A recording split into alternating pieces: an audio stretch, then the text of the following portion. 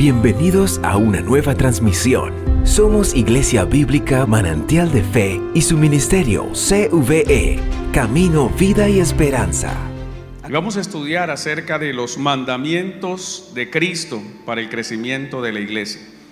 Y hoy vamos a ver el primer mandamiento que dio el Señor: amaos los unos a los otros. Como sabemos, el Señor Jesucristo dio ordenanzas claras a su iglesia. Él dio mandamientos. Y el primer mandamiento que Él nos demanda es que nos amemos los unos a los otros. Que entreguemos nuestro amor genuino de un hermano al otro.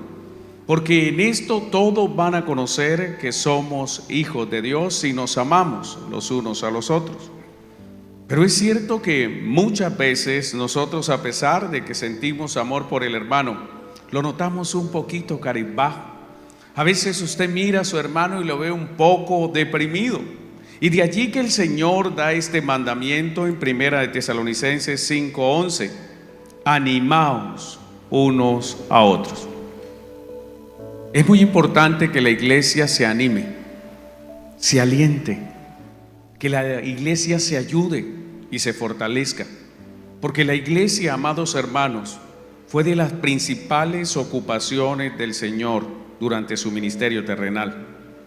Todos recordamos que cuando el Señor Jesucristo inició su ministerio terrenal, parte central fue la predicación de la palabra del Señor. Por medio de la palabra, nuestro Señor Jesucristo proclamaba la verdad de Dios y edificaba a sus discípulos con el propósito de que ellos lo sucedieran luego de su partida. De allí que el Señor Jesucristo predicó, enseñó por 3 años ininterrumpidos, procurando la difusión de la buena nueva de salvación, procurando el crecimiento de sus discípulos en la parte espiritual, pero también en el crecimiento numérico. Y el Señor procuró, por medio de la predicación, la extensión de su iglesia en toda la tierra. Fue tan importante la difusión del Evangelio, la predicación de la palabra de Dios, el crecimiento espiritual y numérico de los discípulos del Señor, que uno de los últimos mandamientos que dio el Señor antes de ascender al cielo fue de hacer discípulos, bautizar a esos discípulos y enseñarles sus ordenanzas. En Mateo capítulo 28, versos 18 al 20 se describe estas palabras de Jesús. Jesús se acercó y les habló diciendo: toda potestad me es dada en el cielo y en la tierra. Por tanto, id y haced discípulos a todas las naciones, bautizándolos en el nombre del Padre y del Hijo y del Espíritu Santo, enseñándoles que guarden todas las cosas que os he mandado. Y aquí yo estoy con vosotros todos los días hasta el fin del mundo. Amén. Para el Señor Jesucristo era una prioridad edificar a su iglesia, que todos conocieran el mensaje que Dios Padre había enviado por medio de Él, que guardaran su palabra, sus mandamientos. Esto era una prioridad porque esto era la voluntad del Padre. Jesús no se centró solo en sí mismo. A diferencia de los grandes ministerios de hombres egoístas que se centran en ellos mismos, Jesucristo se preocupó por difundir la palabra del Padre a todos sus seguidores. Por eso su ministerio se caracterizó por la misericordia, por el amor, por el servicio, por la enseñanza de la voluntad de Dios a todos los hombres de la tierra. En palabras inspiradas del apóstol Pablo, había una importancia para la iglesia. Había una gran importancia para el Señor que se conformara una iglesia edificada. No cualquier obra humana, sino una iglesia realmente edificada en la verdad. Dice el apóstol Pablo en su carta a Timoteo, 1 de Timoteo 3:15: para que si tardo, sepas cómo debes conducirte en la casa de Dios, que es la iglesia del Dios viviente, columna y baluarte de la verdad. Esta era la instrucción dada a Timoteo, que predicara, que enseñara la verdad por si él tardaba.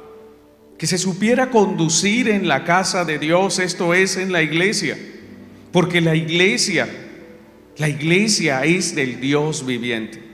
La iglesia no es algo que le pertenece a un hombre. Ningún hombre puede enseñorearse, ninguna misión sobre la tierra puede tomar el atributo de decir que es la única y exclusiva iglesia del Señor. La iglesia del Señor está conformada por todos aquellos que han aceptado a Jesucristo como Señor y Salvador, que cumplen y guardan sus palabras obedientemente. La iglesia de Cristo es aquella que ha sido redimida por medio de la sangre del Cordero de Dios. La iglesia es del Dios viviente. Pero vienen dos atributos que Pablo describe cuando habla de la iglesia: columna y baluarte de la verdad. Para comprender, amados hermanos, las razones detrás de estas palabras, debemos referirnos al contexto dentro del cual el apóstol Pablo escribió sus cartas a Timoteo. Cuando Pablo le escribió a Timoteo estas dos cartas, Timoteo era un joven pastor.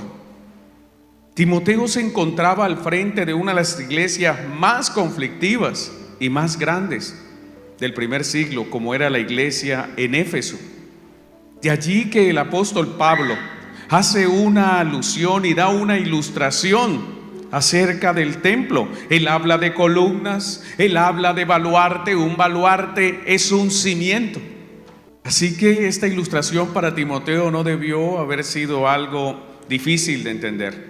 Entender una ilustración sobre un templo, sobre sus elementos, columnas, baluarte, no era algo ajeno para Timoteo, ni para la iglesia en Éfeso que él pastoreaba. El simbolismo de columnas y baluarte sería algo fácilmente de asociar para los cristianos del primer siglo que se encontraban en la ciudad de Éfeso. Cuando Timoteo recibió esta carta de Pablo, Éfeso era una de las ciudades principales en el Imperio Romano. Esta ciudad estaba ubicada en la ruta principal comercial, en lo que hoy es la actual Turquía. Hacía parte también de un pilar en la religión oficial del Imperio Romano, politeísta. Y en Éfeso se encontraba el templo a la diosa Diana o Artemisa. Este templo fue considerado por los antiguos como una de las 7 maravillas del mundo antiguo. Una de las características principales del templo a Diana eran sus columnas, que según los historiadores de la época eran 127 columnas que sostenían ese templo. Cada una de las 127 columnas había sido un obsequio de un rey de la época, y se registra que las columnas del templo de Diana habían sido fabricadas, hechas en mármol blanco.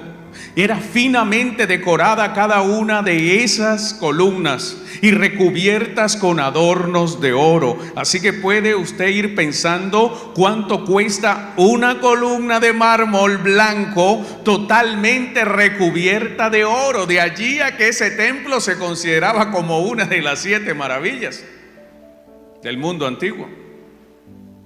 En cuanto al baluarte, en término que utilizó aquí Pablo, se refiere a un cimiento sobre el cual descansa toda la estructura. ¿Sabe? El término baluarte utilizado por el apóstol Pablo solo se encuentra una vez, y aquí en el Nuevo Testamento, en este pasaje. Cuando Timoteo seguramente leyó este pasaje, rápidamente pudo comprender la metáfora entre la iglesia y las columnas y el baluarte del templo.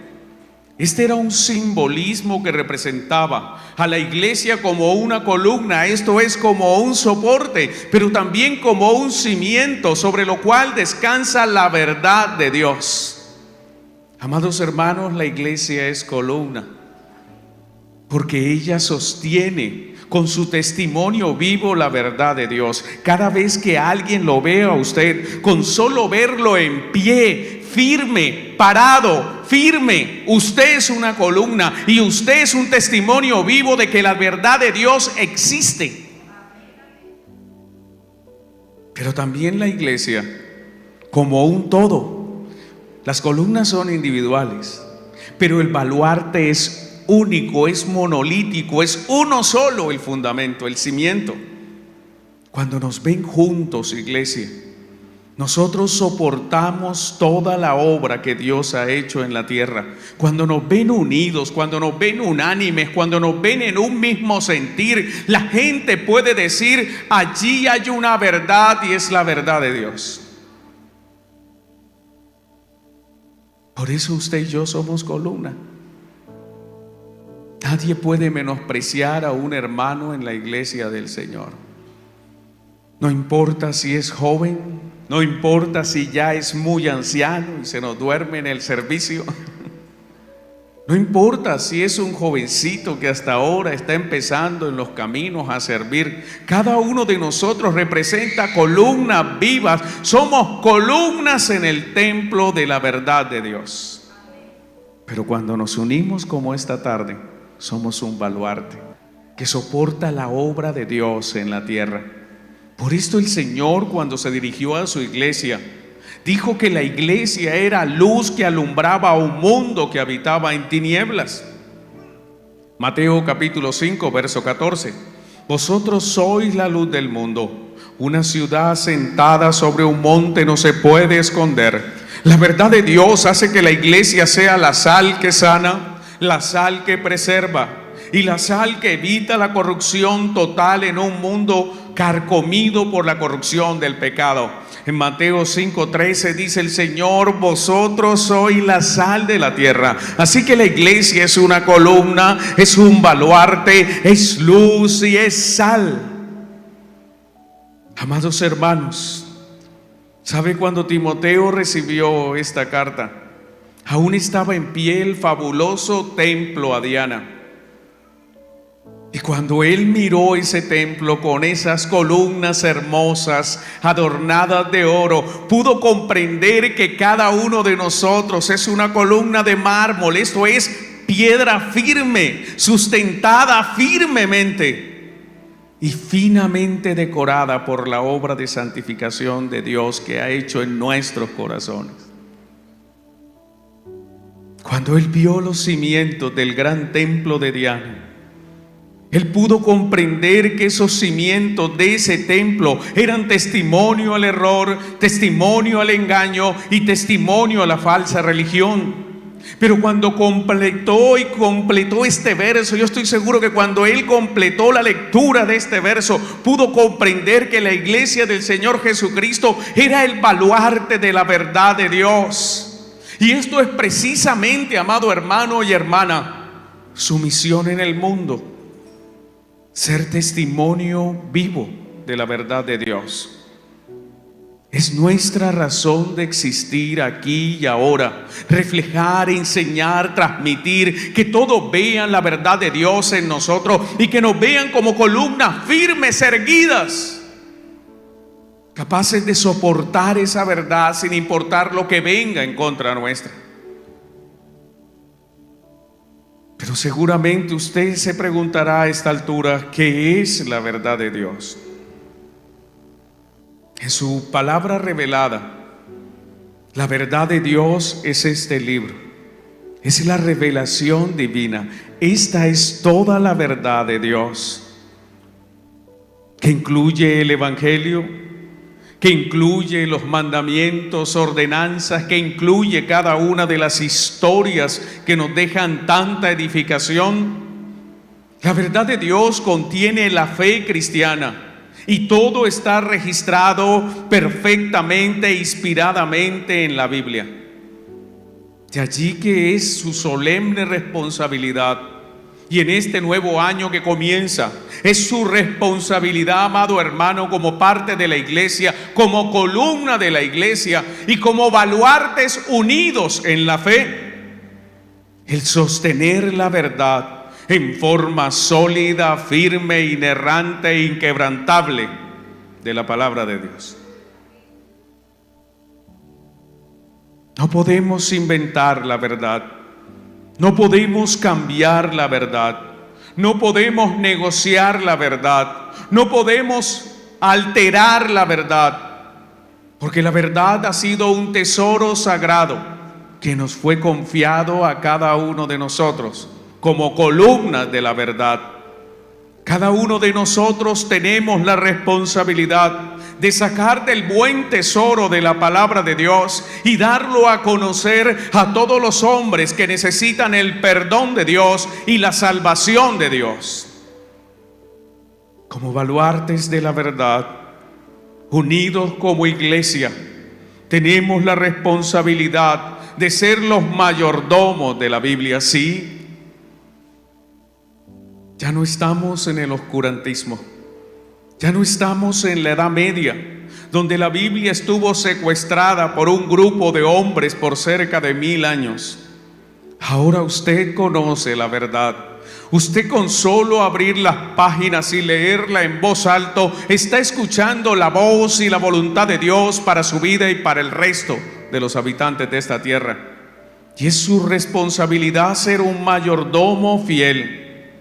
Preservar la Escritura, guardar la Escritura, compartir las preciosas promesas y tener posesión de esta Escritura para compartirla con toda la tierra. Y cuando vea que su hermano se desanime, es su responsabilidad por esta palabra declarar la verdad de Dios, animar e instar a su hermano a seguir adelante. Es importante que recordemos, amados hermanos, que solo Dios da el crecimiento a la iglesia. Está escrito en 1 Corintios 3:7. Así que ni el que planta es algo, ni el que riega, sino Dios que da el crecimiento. Es cierto, es Dios el que da el crecimiento, pero usted es columna y baluarte de la verdad. Así que usted se encarga de plantar. Esto es algo que Dios no va a hacer. Para eso el Señor nos rescató, para eso nos salvó de la condenación, para eso permitió que usted esté aquí hoy. Usted el día que creyó en Cristo no murió ese día y se fue al cielo. Dios lo dejó aquí después de que usted fue salvo, después de que fue redimida, amada hermana. ¿Y para qué lo dejó aquí? Para que usted plante la verdad, para que usted lleve esta semilla de vida y la siembre en los corazones que están desvalidos, angustiados, afligidos, sin Dios y sin ninguna esperanza en el mundo. Es usted el responsable de sembrar, pero también dice aquí que usted es responsable de regar.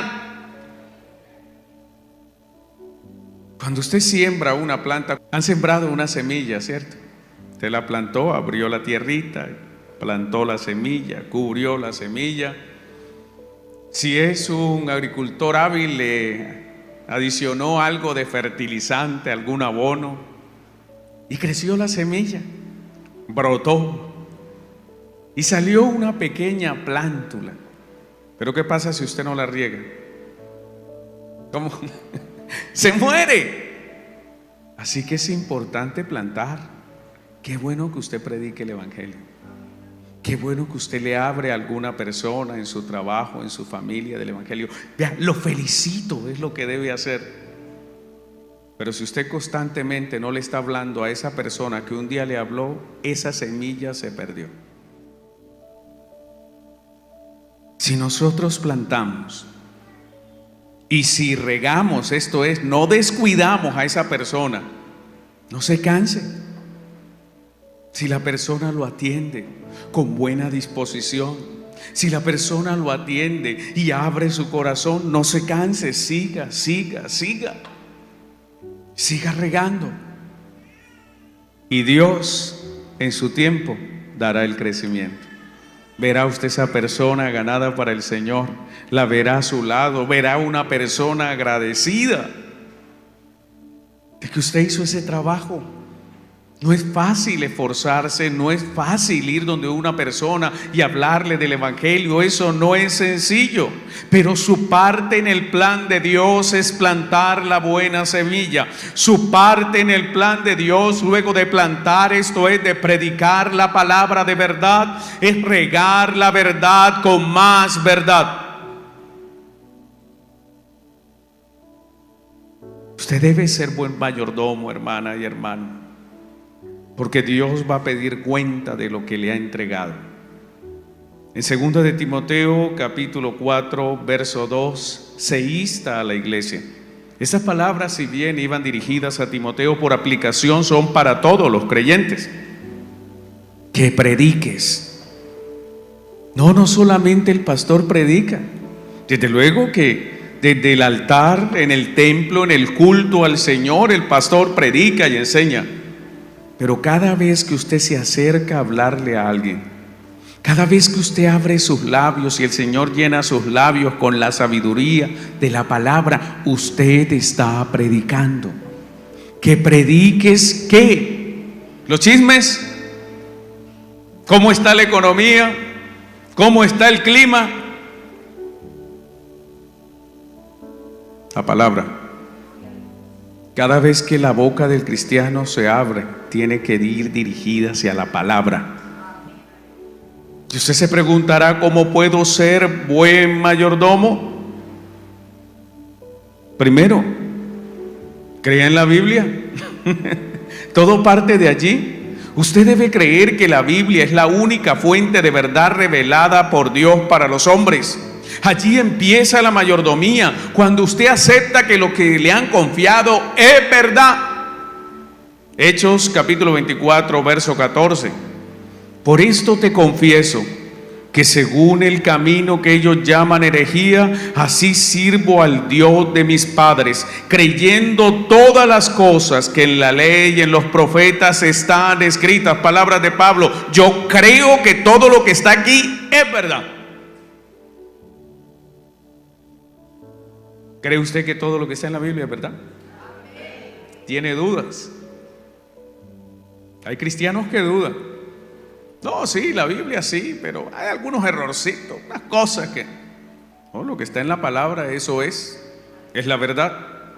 Segundo, para que usted sea un buen mayordomo de la Biblia, tiene que memorizar la palabra contenida en la Biblia.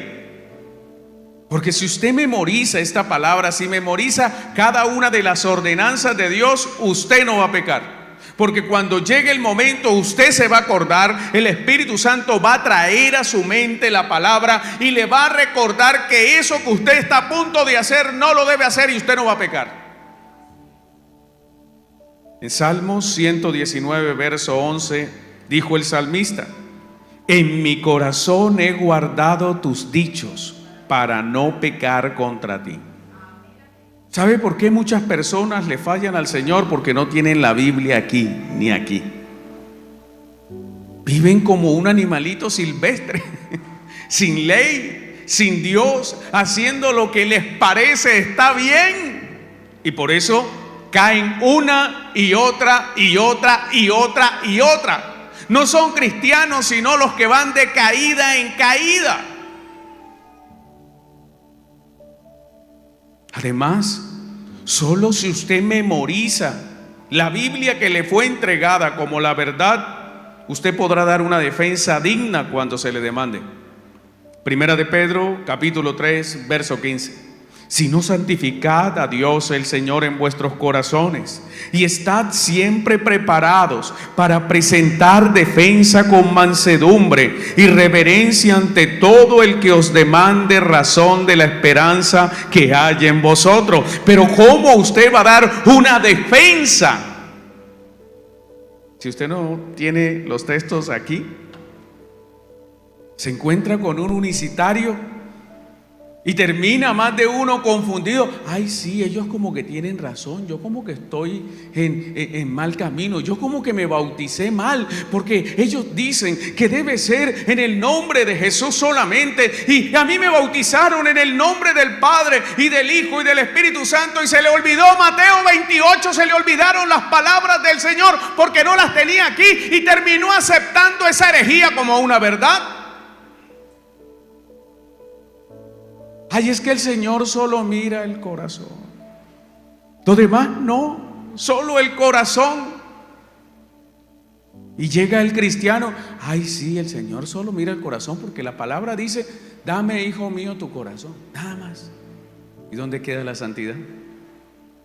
¿Y dónde queda el presentar nuestros cuerpos como sacrificios vivos? Romanos 12:1. Si usted no memoriza la Biblia, lo van a engañar, se lo aseguro. Usted no podrá dar una defensa efectiva del Evangelio de Cristo porque usted no conoce el Evangelio de Cristo.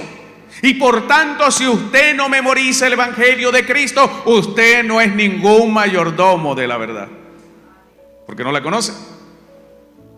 Tercero, para que sea buen mayordomo, usted tiene que meditar siempre en la verdad. Su mente tiene que estar ocupado con la palabra de Dios. Todos los días tome un verso bíblico y todo el día esté meditando sobre ese verso. Un vaso lleno no le cabe nada más.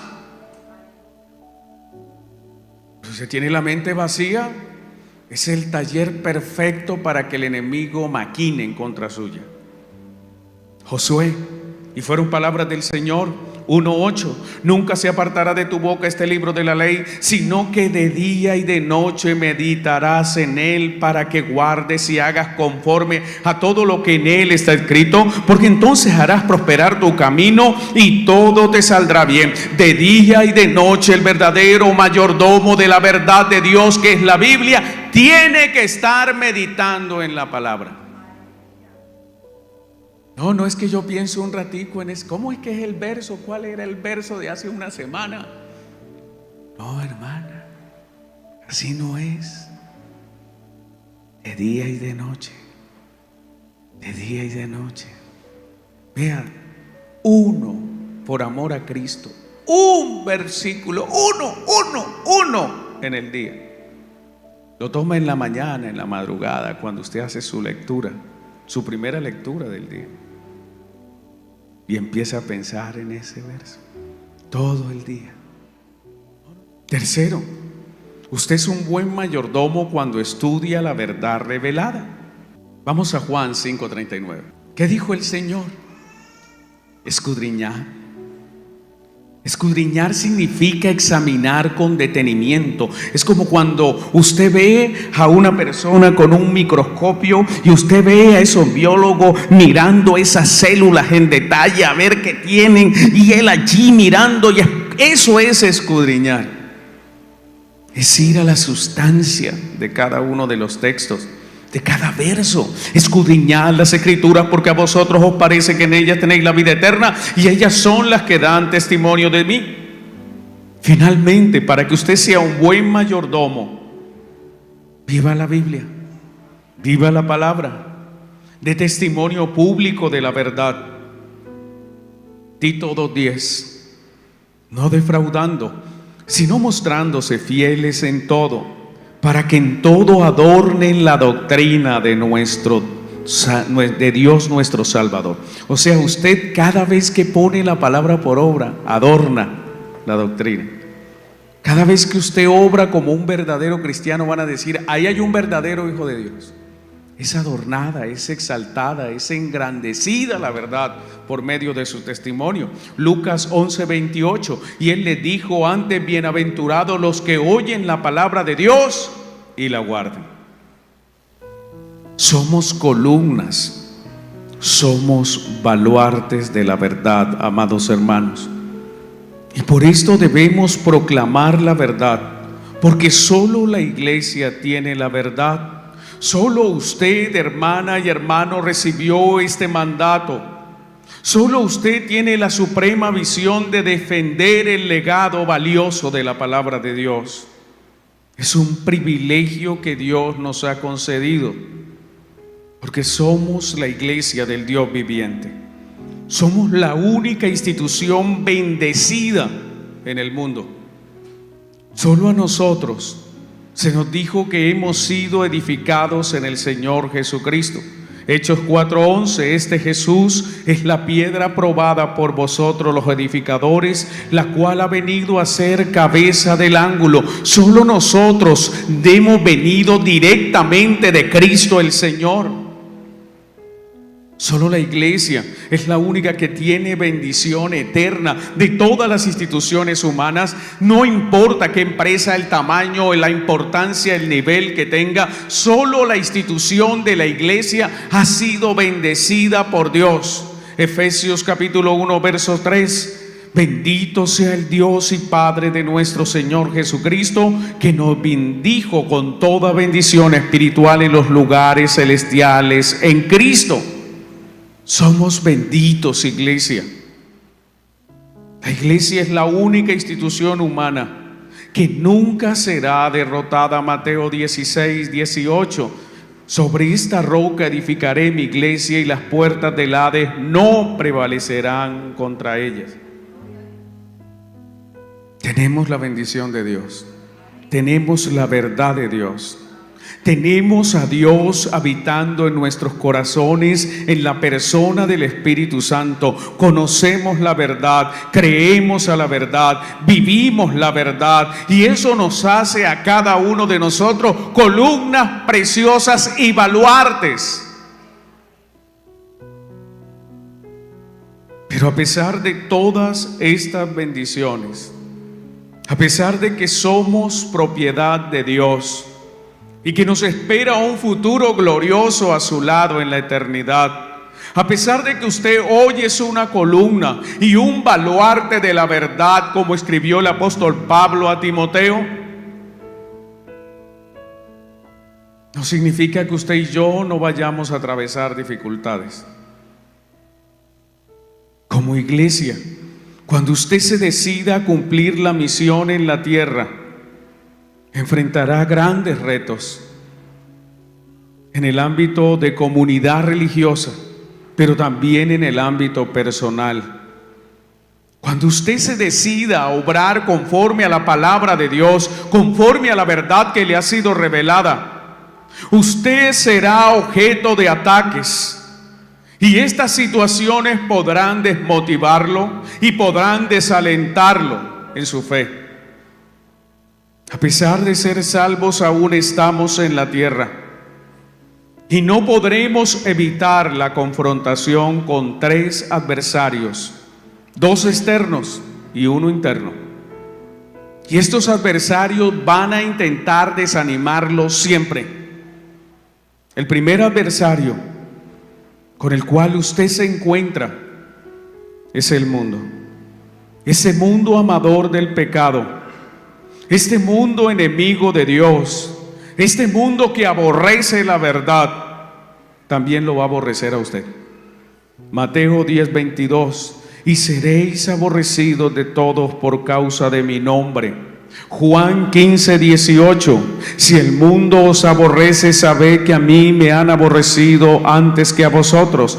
Si fuerais del mundo, el mundo amaría lo suyo, pero porque no soy del mundo, antes yo os elegí del mundo, por eso el mundo os aborrece. Acordaos de las palabras que yo os he dicho, el siervo no es mayor que su Señor, y si a mí me han perseguido, también a vosotros os perseguirán, y si han guardado mi palabra, también guardarán la vuestra. Usted será aborrecido por el mundo, esas personas que lo rodean, esas personas que no son cristianos, tarde o temprano van a aborrecerlo, así se digan sus amigos.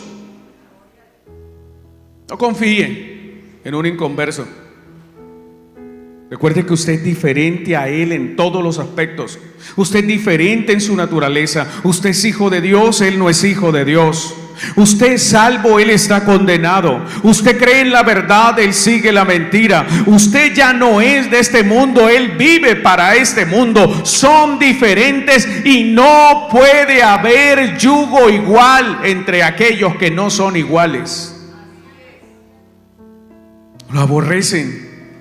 Y aunque no se lo digan, van a hacer todo lo que esté a su alcance para hacerle daño, y eso puede desanimarlo. Llevar la verdad a los perdidos, vivir una vida en rectitud, lo pondrá en confrontación directa con Satanás, con sus demonios y con sus agentes humanos. que intentarán por todos los medios desanimarlo y sacarlo del camino de la salvación. En Efesios capítulo 6 verso 10 se nos dice: por lo demás, hermanos míos, fortaleceos en el Señor y en el poder de su fuerza, vestíos de toda la armadura de Dios para que podáis estar firmes contra las acechanzas del diablo, porque no tenemos lucha contra sangre y carne, sino contra principados, contra potestades, contra los gobernadores de las tinieblas de este siglo, contra huestes espirituales de maldad de las regiones celestes. Satanás, con toda su fuerza, con toda su jerarquía, con todo su ejército demoníaco, va a intentar destruirlo, y va a hacer todo lo que esté a su alcance para minar su ánimo, para minar su fortaleza y para derribarlo a usted como columna. Porque él sabe que si derriba una columna en un templo, habrá un efecto dominó. Si se cae una columna, esa hará que otra se caiga, y otra se caiga, y otra se caiga, hasta que llegue el punto donde colapse toda la estructura. Tiene un enemigo, y es formidable, y va a utilizar a sus hijos inconversos, va a utilizar a sus esposos, a sus esposas inconversas, va a utilizar a sus vecinos, va a utilizar la enfermedad, va a utilizar la economía, va a utilizar todo lo que pueda con el único objetivo de destruirlo, de desanimarlo. Finalmente, en su corazón y en su mente, usted se deleita en la verdad de Dios, pero usted anda con un enemigo 24 horas al día, y es su propia carne caída, que le genera dolor, que le genera aflicción, que le genera desánimo. Carne que lo arrastra a usted, y como dijo Pablo en Gálatas 5:17, porque el deseo de la carne es contra el espíritu, y el del espíritu contra la carne, y estos se oponen entre sí para que no hagáis lo que quisierais. Usted tiene una lucha interna, su mente, su corazón renovado, su corazón redimido, el conocimiento de la verdad que está en su mente, luchando contra las pasiones desordenadas de su carne. Esta es la razón, iglesia, por la cual en medio de este mundo, mientras vivimos asediados por el maligno, y mientras estamos en confrontación contra nuestra carne, Dios nos da un mandamiento. Primera de Tesalonicenses 5:11, por lo cual animaos unos a otros.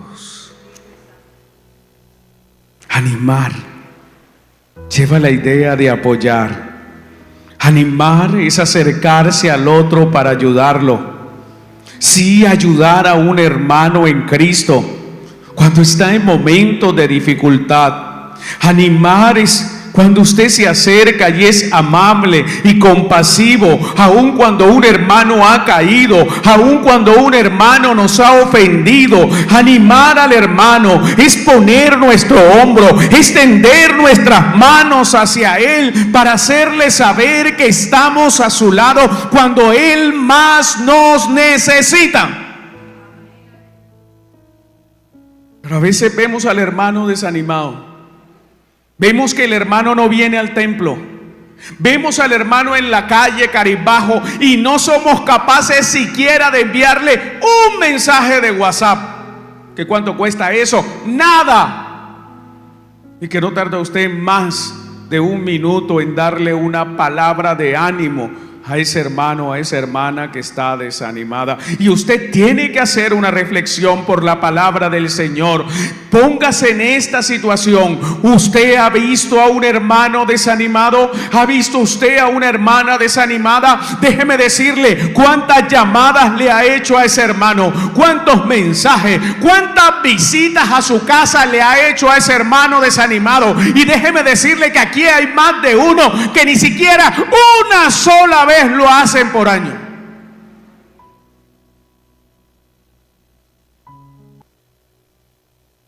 Pero tal vez esté preguntándose cómo lo animo. Recuérdele las promesas. Recuérdele estas palabras, segunda de Pedro 1:4, por medio de las cuales nos ha dado preciosas y grandísimas promesas. Dios nos dio grandísimas, no grandes, grandísimas promesas. Cuando vea a su hermano desanimado, recuérdele las promesas de Dios. Las promesas de protección, de seguridad, de provisión, de fortaleza. Recuerde que cuando su hermano está caído, no necesita que usted lo termine de destruir. Él necesita, si está caído, una mano que lo levante. Animaos los unos a los otros. Y cuando leí el orden, ¿por qué este está de primero? Es porque lo que más le falta a la iglesia es eso. Nos olvidamos de que nuestro hermano es un ser humano normal. Usted a veces hasta se olvida que el pastor es un ser humano normal. Animaos los unos a los otros. Cuando usted anima a su hermano, lo ayuda a levantarse, a seguir adelante en el camino, a que siga creciendo en lo personal, a que crezca en madurez espiritual. Como iglesia, cuando animamos a un hermano, le presentamos la misericordia de Dios y el amor de Dios y la gracia de Dios por él. Así que animémonos los unos a los otros, porque el largo camino nos resta antes de la venida del Señor. En los momentos de dificultad, puede que lo que haga la diferencia entre un hermano que termine bien y que siga en el camino son sus palabras de ánimo. Gracias por seguirnos.